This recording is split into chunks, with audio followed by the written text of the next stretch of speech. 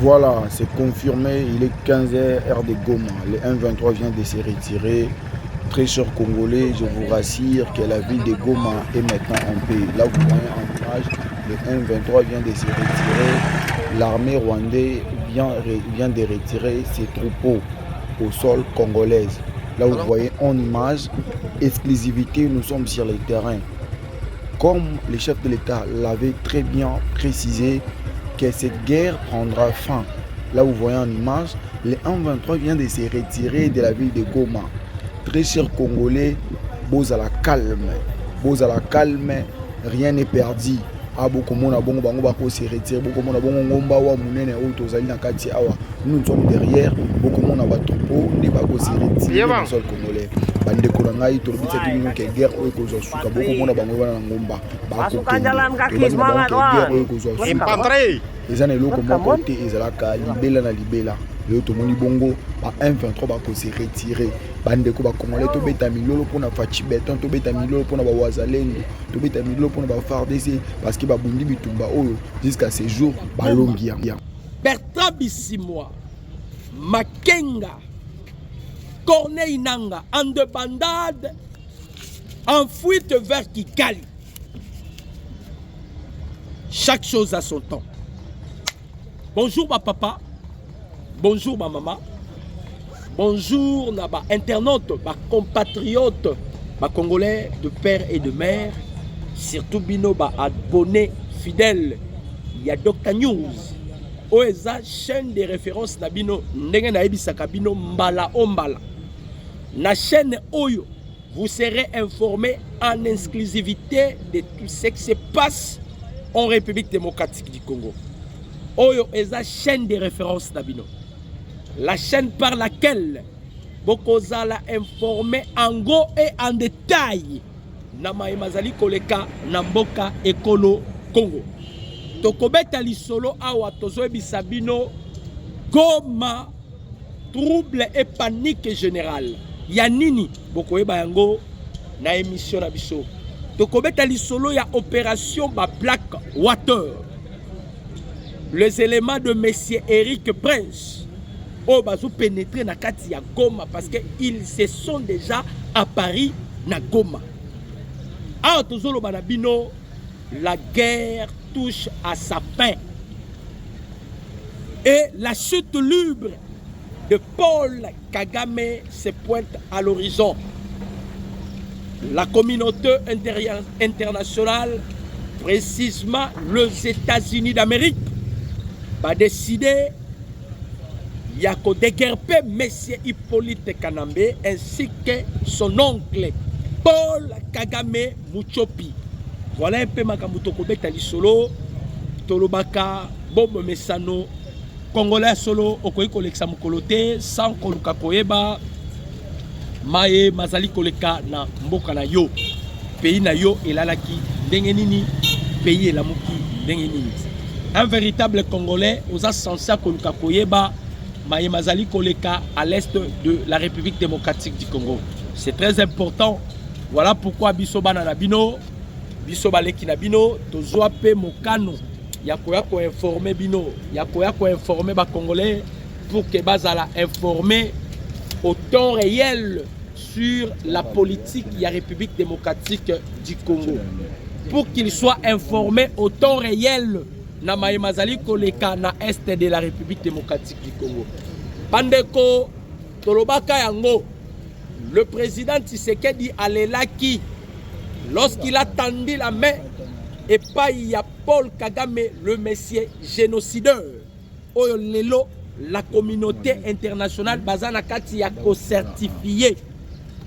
Le président Asalaki Kichanzu, si Kichanzu, je ne suis pas un Kassayen, mais au moins, dans le but, Tshisekedi, c'est un génie. Tshisekedi, un Américain, à le but, Tshisekedi a sa génie. Kagame a traité Tshisekedi d'un pleurnichard. Mais Herman Cohen a le but, Tshisekedi, c'est un génie. Pourquoi? Il se fait victimiser. Azotali Samokili, qui est sa victime. Il se faisait victimiser. Or, l'objectif est de briser miraille ou est protection. Il y a Paul Kagame. Objectif ezalaki de renverser l'Ufelo, Mirai na Lingala et Felo. O ezalaki kobatela Kagame. Mais lelo, o a commis lauréat, o ba décoré, bazo pesa prix Nobel, yako pleurnicher. Il s'appelle Corneille Nanga Yubelu. Ici c'est Yubelu, Yubelu. Corneille Nanga Yubelu. Aleli lobi lisusu na munoko ya mboka. Nanga leli pona nini? Bandeko ba Congolais, la frappe chirurgicale, la frappe cible. Toyebisaki ba Kongomani que les États-Unis badotaki biso avec des avions de chasse. Les États-Unis badotaki biso avec des F-35, des avions de nouvelle génération. Bapesi biso ango pamba te. Bapesaki biso parce que la personne qui avait pariné le mandature ya Mokonzi Mboka, c'était Donald Trump. Donald Trump devait maintenant achever la mission qu'il avait commencée.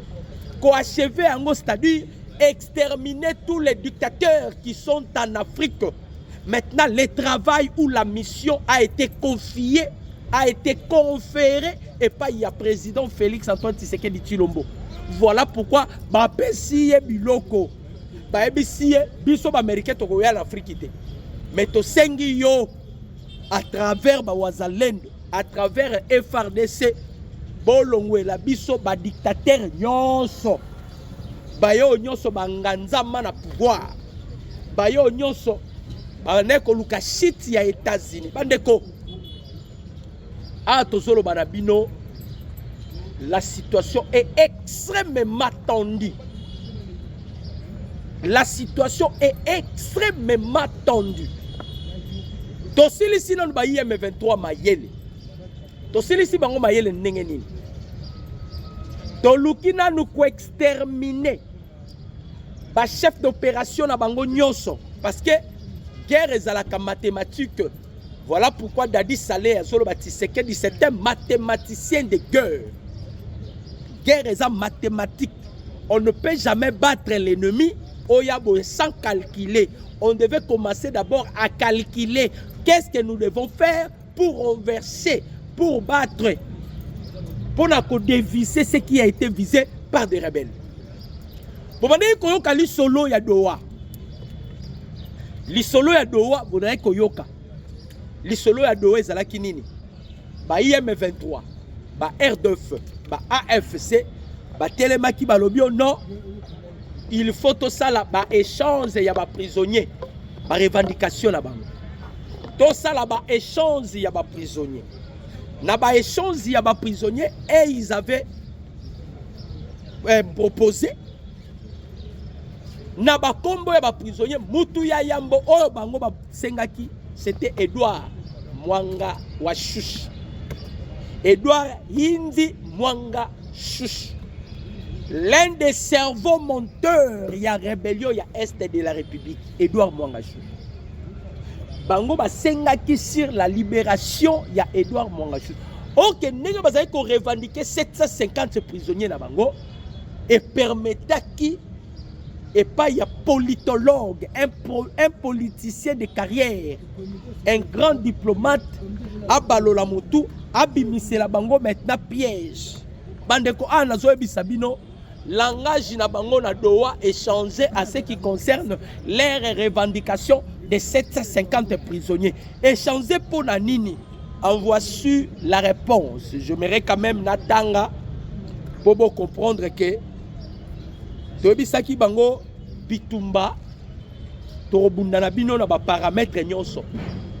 Mais biso mingi torokene na politique ya niveau ya likolo poto kabwana na bino poto sila na bino.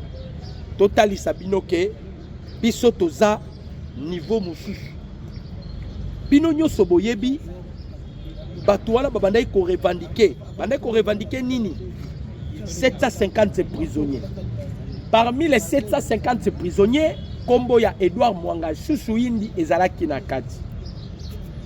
Kombo ya Joseph Kabila Bolanda kama Bertrand Bisimwa lobi lorsqu'on a eu à condamner la haute cour militaire rendra qui véridique na ye. Bertrand Bissimo alobi mais biso tozana ba pour parler na Doha. Tozo senga kutu libération ba prisonnier na biso et il commence encore à continuer à condamner.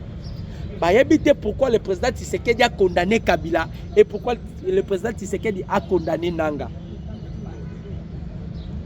To condamna ki bango parce que to ebaki ke les deux cerveaux montaires wana ils finiront par être aux arrêts. Tango bato bakoye la biso makambu ya dialogue. On ne peut pas dialoguer avec certains condamnés. On ne peut jamais dialoguer avec des condamnés. Donc, tu bandé kokine na bango na ba calcul. Ezalaki ba calcul, ezalaki te olali olamugi. Non. On possédait des calculs. Maintenant boyoka. Bami kotisi na piège bango moko. Bande ko ba congolais. Bango moko. Baganga ki Doha. Ils espéraient na Doha. Mais boyoka makambo komi na Doha. Les rebelles tombent dans un piège stratégique à Doha. Quels sont le piège stratégique par lequel le rebelle se retrouve? Parce que il y a un piège stratégique à Doha. Quels sont ces pièges? Ce que beaucoup ne savent pas, c'est que les rebelles du M23, AFC, R2, viennent de tomber dans un piège magistral préparé par le gouvernement congolais à Doha. Ils pensaient manœuvrer et imposer leurs conditions, mais cette fois-ci, la République démocratique du Congo a joué avec intelligence et stratégie. Les rebelles exigeaient la libération de 750 prisonniers détenus à Ndolo et à Makala. Parmi eux, un nom a été cité avec précipitation.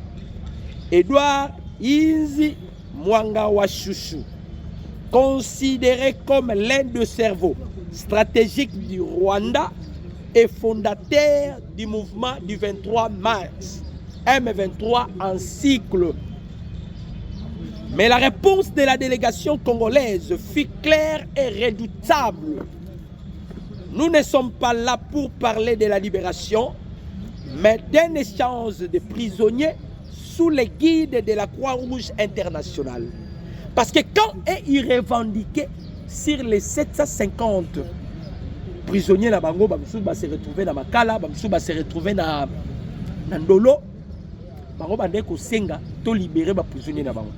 Le gouvernement congolais ici bango est-ce que et ça bon parce que ils sont baza ba espérer yako interpréter na ba sens na bango les interprétations nyonso ya ba document to ya ba article to ya ba accord to signé.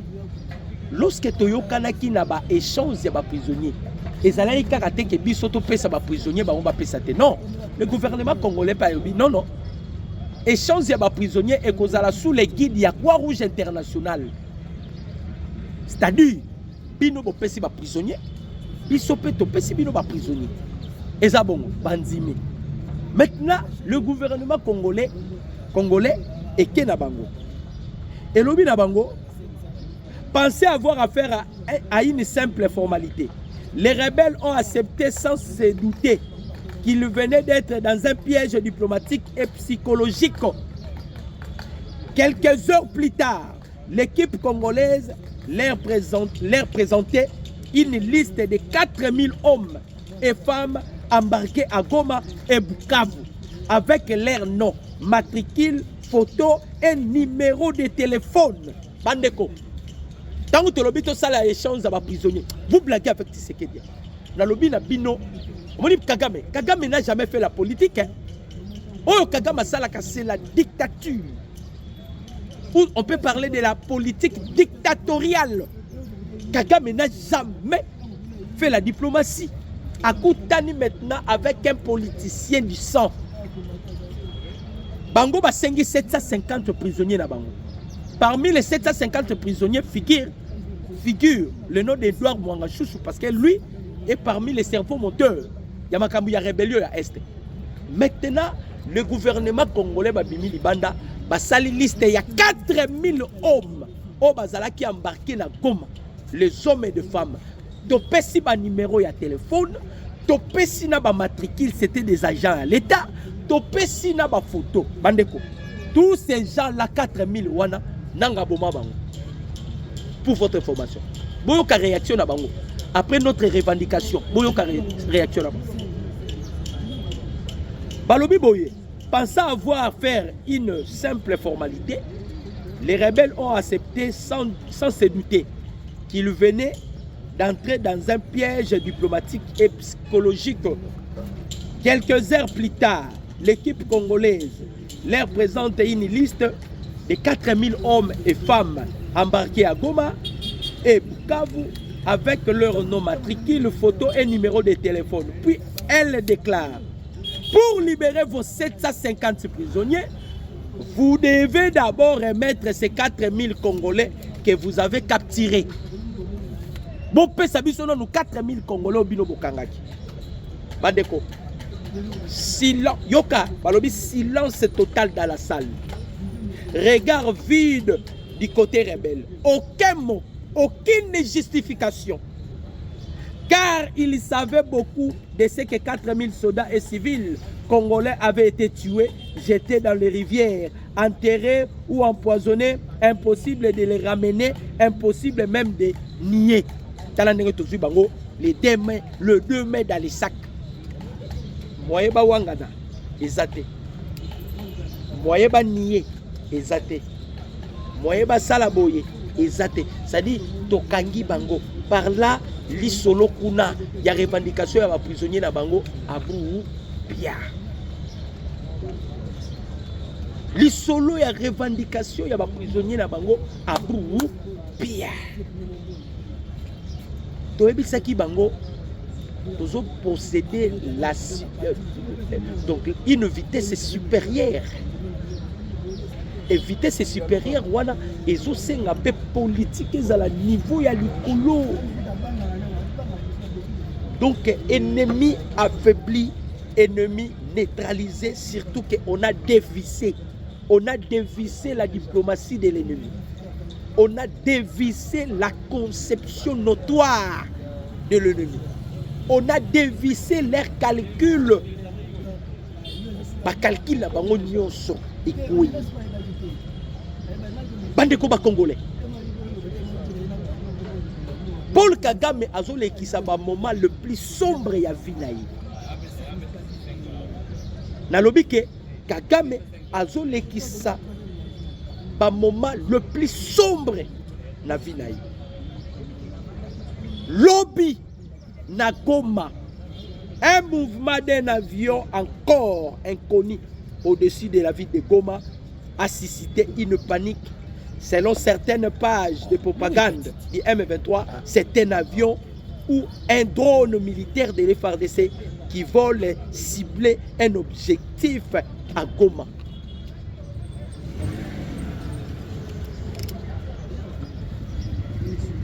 Vous voyez, bandeko ba Congolais?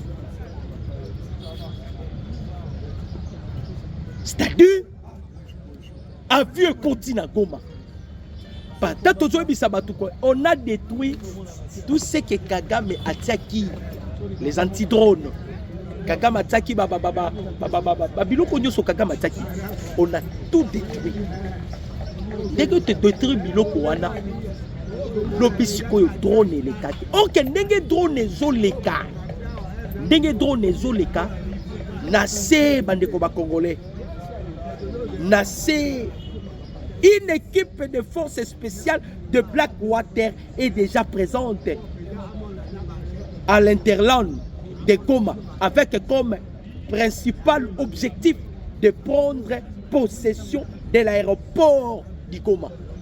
Ndenge kaka le kaki ok tikaki bango na distraction na butu lobby na on ebisa bino ba Blackwater ba koti déjà na kati ya Goma na lobby bazana objectif est nini va récupérer d'abord l'aéroport de Goma.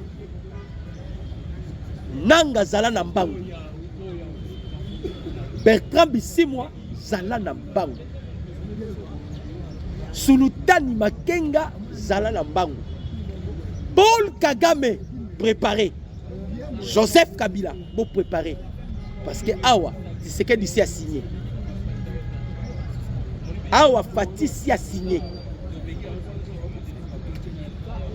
C'est fini, Bandeko Congolais. Bandeko Nanga. Tobandaki Kolobango. Un jour, le président Tshisekedi a contacté réunion moko ultra stratégique. Réunion à Kotaki, c'était avec des responsables. Il y avait Blackwater. C'était avec M. Eric Prince. Il y a Blackwater. Bakoti réunion, ils ont eu. Il y a Koloba pour la réunion. Tango balobi. À la fin des comptes, il y a réunion. Parce que bande koluka ba stratégie, bande ça la stratégie. Bande ko ça la stratégie. Ba stratégie bande ko ça la ba luka ndenge ni ba ko libérer Goma, ndenge ni ba ko libérer Bukavu. Donc bande luka ba multiplier ba stratégie comment ils peuvent libérer Goma et Bukavu. Ba kotaki réunion. Tango ba koti réunion, ba silisi réunion. Président Tshisekedi obima bimi bandeko ba congolais abengi Jean-Jacques Puruzi. Jean-Jacques Puruzi est le gouverneur de Sud Kivu. Akebisa Jean-Jacques Puruzi alobi bitumbe sili. Bo se préparer ndenge nini okosala po ozongisa ba. Jean-Jacques Puruzi atuni mokonzi ya mboka président Félix. Bitumbe sili mais Goma Bukavu eza libéré te. Le président Tshisekedi a séqué de la même manière à ce caca na LCI, si vous allez vous souvenir, na LCI, devant un journaliste panafricaniste. Quand les journalistes na kozonga na makambo a répondu qui Jean-Jacques Puruzi.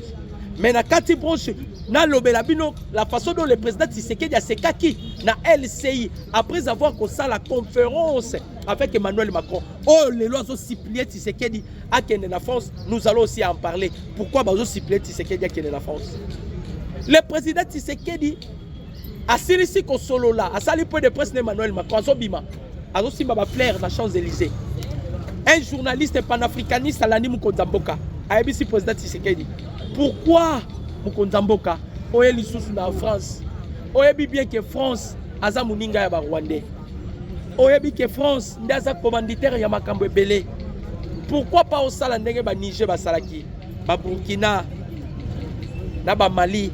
Le président Tshisekedi a répondu à journaliste à lobby. Un lion ne peut jamais imiter un singe. C'est-à-dire Burkina, Mali, et Niger et Kokanina Congo. C'était ça la réponse. Un lion ne peut jamais imiter un singe. Après Akiti, alobi omoni makambo ezole keza dame tozo beta. Toi na kati des dames. Mais ngai azobi sa journaliste, quelle confiance. Alobi moi je sortirai vainqueur. La jeu des dames. Bato na obeta bango ba otika. Après accueilli, alobi la RDC bientôt va donner une leçon et ce serait pour la toute première fois de l'histoire dans le monde. La RDC donnera une leçon. Ah ouais, leçon est salé. Le président Tshisekedi a bengi gouverneur ya Sud Kivu, Jean-Jacques Puruzi. A bengi poye bisalobi guerre sili. Jean-Jacques Puruzi a douté. Albi Mukonzi. Comment na Bukavu eza liberté? Vous savez la réponse ya président Tshisekedi ezala kinini? A ABC Jean-Jacques Puruzi. À ABC, Goma Bukavu, ce sont des Blackwater qui vont s'en occuper. Ce sont les Blackwater. Ba Blackwater, ba Koti Goma, l'objectif c'est de récupérer l'aéroport de Goma. Pourquoi? Bokoye Bayango. Bah ça déjà la Goma. Yango lobby boyokaki. Les avions des drones et matakina ne survolaki.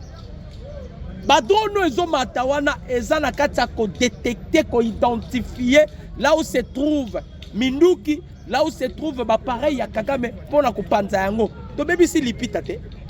Appareil na yeba ko utiliser lipita. Lipita qui permettait à Kagame d'écouter toutes les conversations de Wazalendo et de l'FRDC. Cet appareil lipita là. Lipita a été détruit. Lipita les a déjà détruits. Par là, Mukonzambo Kalobi, le Blackwater va s'en occuper. Bandeko. Eric Prince Azala qui tête à tête na Mukonzambo pendant 4 heures du temps. Nalobaki Nabino Awa, le jour où le président Tshisekedi s'est rendu en Belgique, avant même de faire son discours qui a bouleversé le monde il y a 18 minutes. Oh, et si ici Batomayele Mayele, discours à 18 minutes, j'ai tendu la main vers Kagame. Et si ici Batomayele, Yangoyo, maintenant des fouilles sont là. Avant même à ça, le discours historique, il y a 18 minutes, na forum et Salva qui en Belgique. Il a croisé l'envoyé, pardon, l'émissaire, il y a Donald Trump, mais c'est Clark, monsieur Clark, hein, Clark, c'est un général, un ancien général, il y a Pentagone.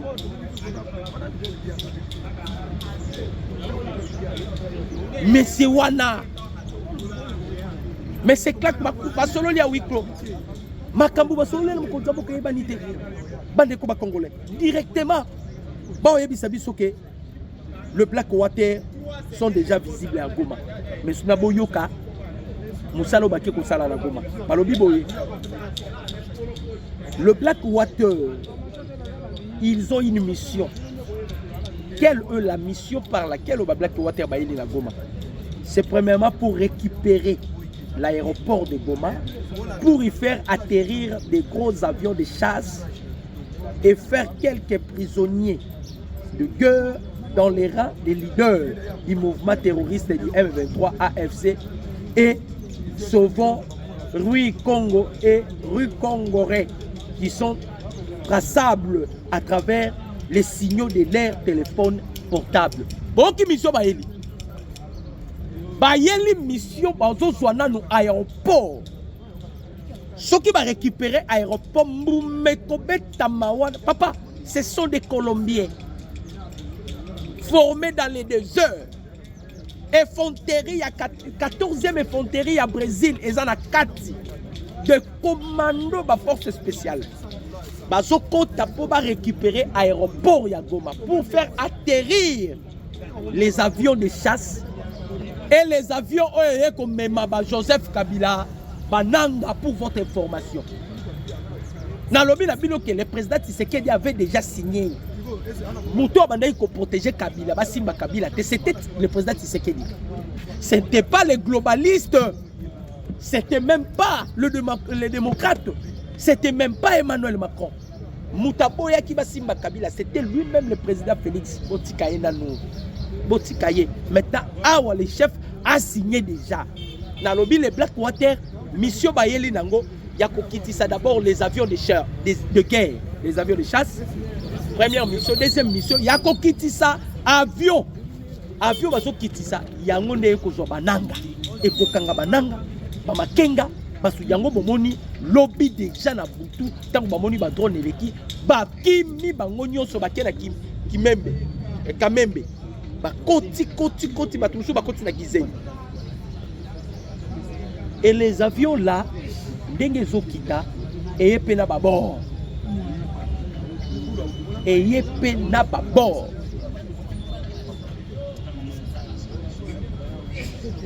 Babord. Babord nini?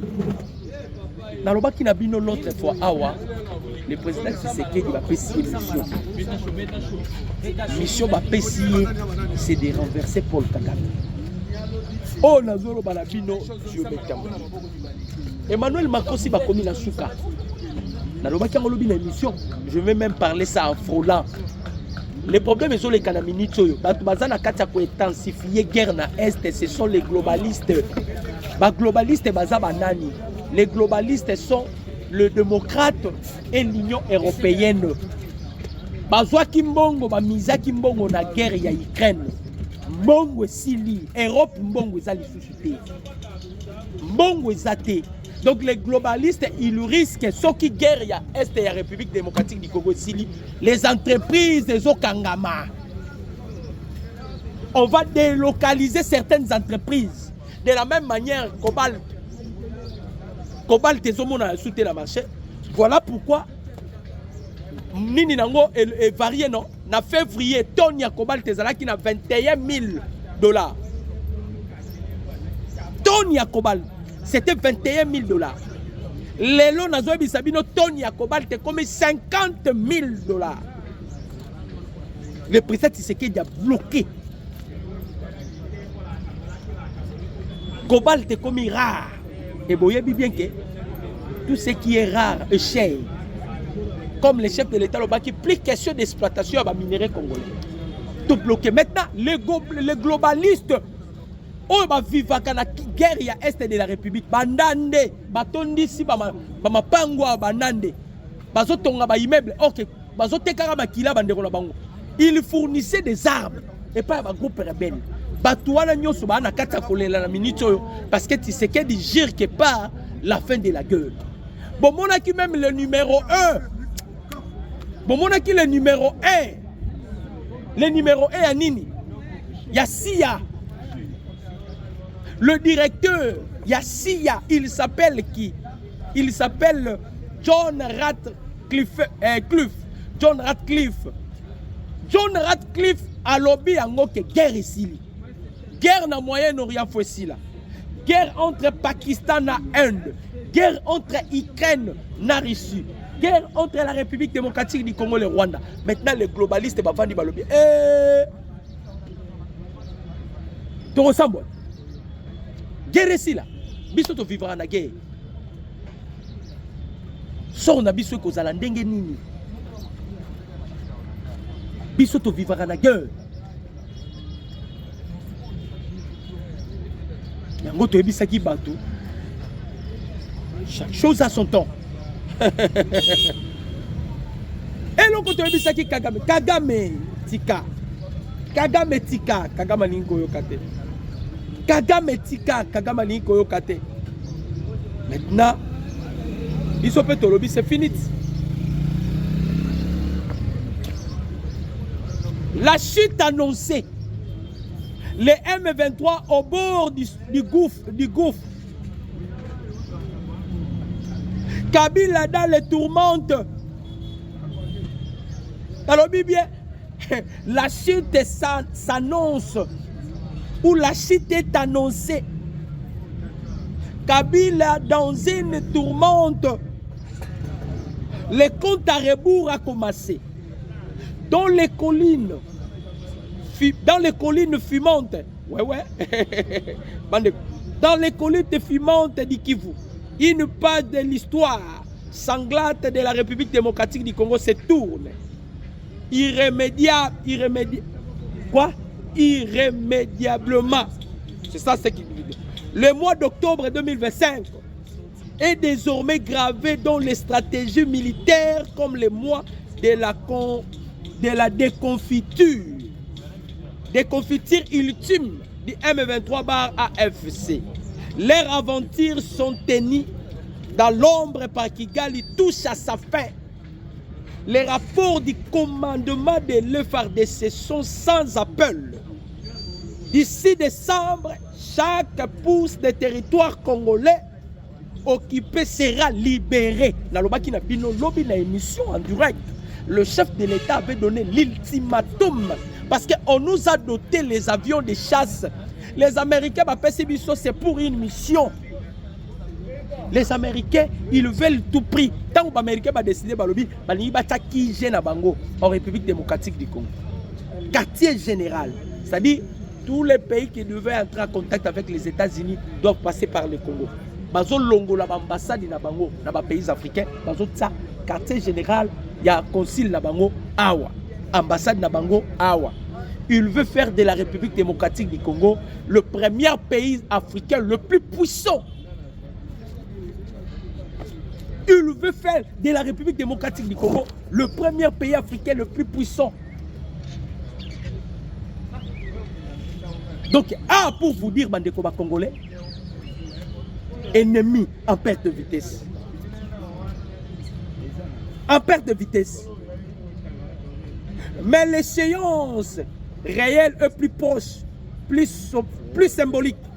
Avant le 13 novembre, jour prévu pour la signature d'un accord de paix historique à Washington, les M23 seraient anéantis. Tout soldat rwandais osa fouler le sol congolais sera neutralisé.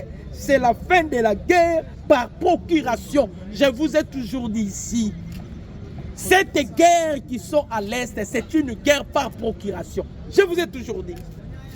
Ah, le 13 novembre, c'est la date butoir pour la signature de la paix en République démocratique du Congo.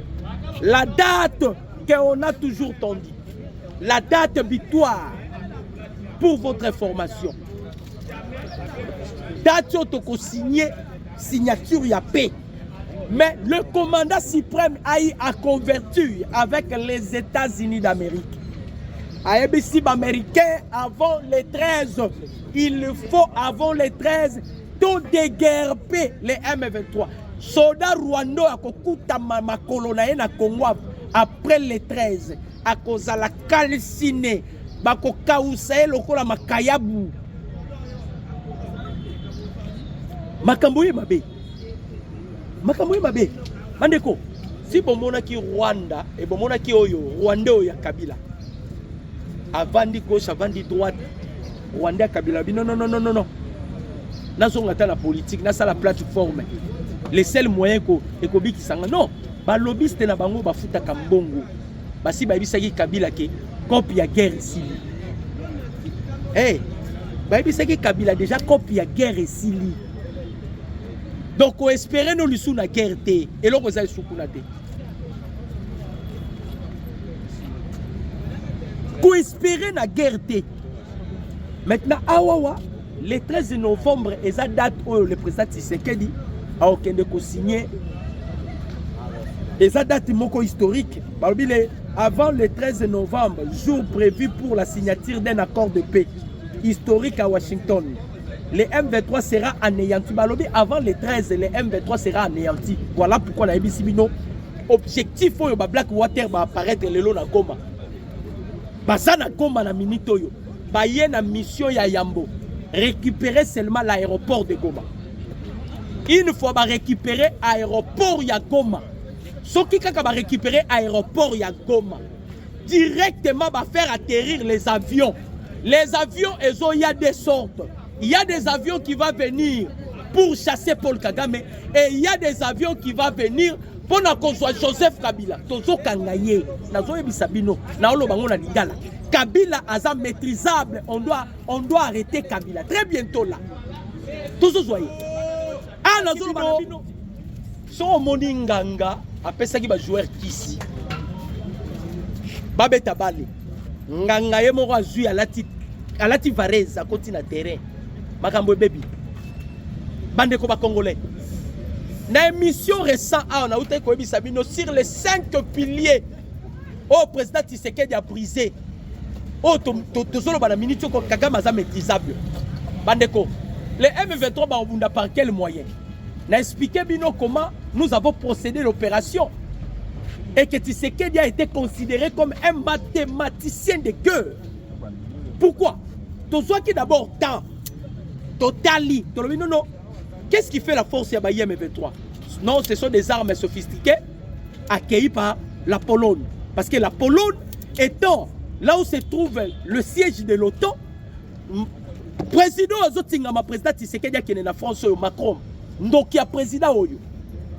Il savait bien que Paul Kagame a protégé bien les avantages, les intérêts de Mozambique. Nandenge ba yiba ka pétrole ya la calbe. Ne ba yiba ka pétrole. Alors, et il voulait à tout prix pas doter Paul Kagame dans biloko sophistiqué pour Kagame a renversé Bisso. Je rends hommage à un président que vous connaissez bien. Il s'appelle Vladimir Poutine.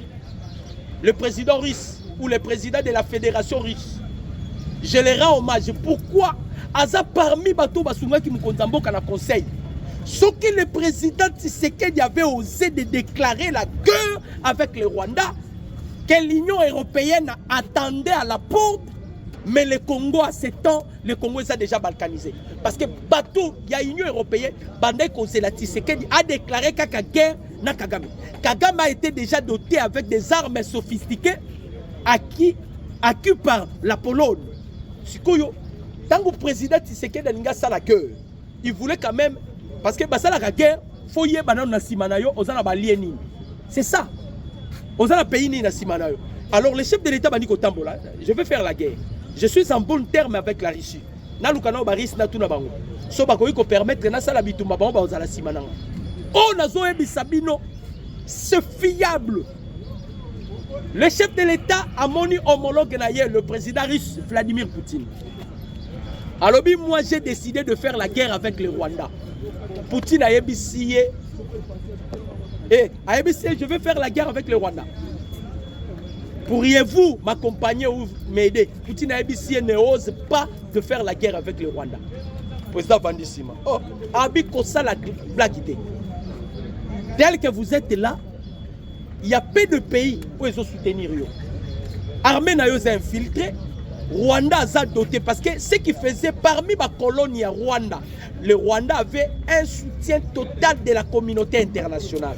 Par rapport à l'accord à signer. Vous imaginez l'Union européenne a signé un accord avec le Rwanda pour que le Rwanda a sécurisé site gazier na bango.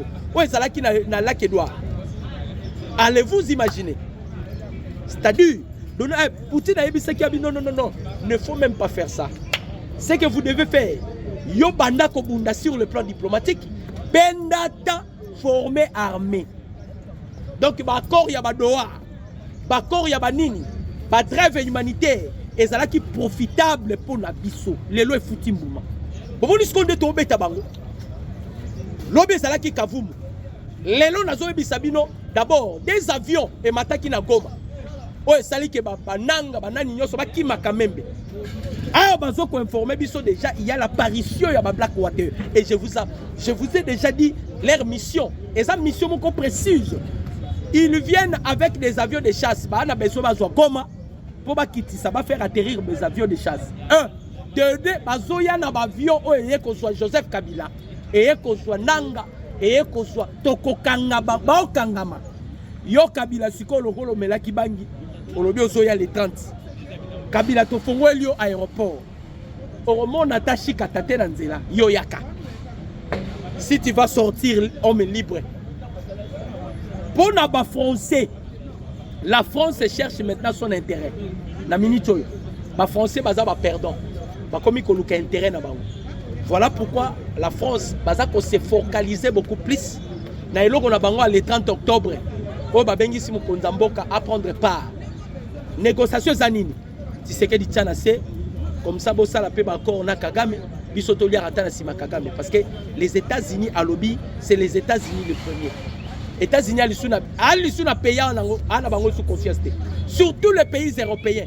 Les États-Unis azana bango sous confiance. Mon numéro c'est plus 243 89 63 95 965. Mon numéro à moi c'est plus 243 89 63 95 965. C'était avec plaisir de partager ces actualités ou ces numéros de décryptage ensemble avec vous. Que Dieu vous bénisse. Je dis et je vous remercie. Ciao.